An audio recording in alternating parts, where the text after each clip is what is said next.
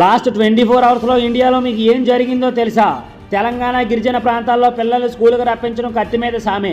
కానీ పిల్లలకు చదువు చెప్పి వారికి ఉన్నత భవిష్యత్తు అందించేందుకు ఓ టీచర్ నడుం బిగించారు. మహబూబాబాద్ జిల్లాలో రాజన్నపల్లి ప్రభుత్వ స్కూల్లో మ్యాథ్స్ టీచర్ యాకబ్ పిల్లల కోసం వ్యాన్ డ్రైవర్గా మారిపోయారు. సొంతంగా వ్యాన్ కొని పిల్లల్ని పికప్ డ్రాపింగ్ చేస్తున్నారు. ఇలా చేయడంతో స్కూల్ డ్రాప్అవుట్స్ తగ్గి అడ్మిషన్లు పెరగడం విశేషం. భారత్ చేపట్టిన ఆపరేషన్ సింధు ఇరాన్ నుంచి భారతీయుల తరలింపు ప్రక్రియ కొనసాగుతుంది.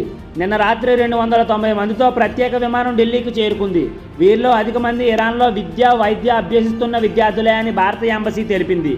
ఈ సందర్భంగా భారత్ చేరుకున్న విద్యార్థులు ప్రభుత్వానికి ధన్యవాదాలు తెలిపారు. భారతీయ రైల్వే క్యాన్సర్ బాధితుల కోసం ఓ రైల్వే నడుస్తుందని మీకు తెలుసా?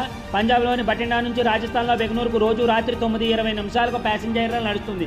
పంజాబ్లో మల్వా ప్రాంతంలో వ్యవసాయంలో ఉపయోగించే రసాయనాలతో క్యాన్సర్ కేసులు అధికంగా నమోదవుతున్నాయి.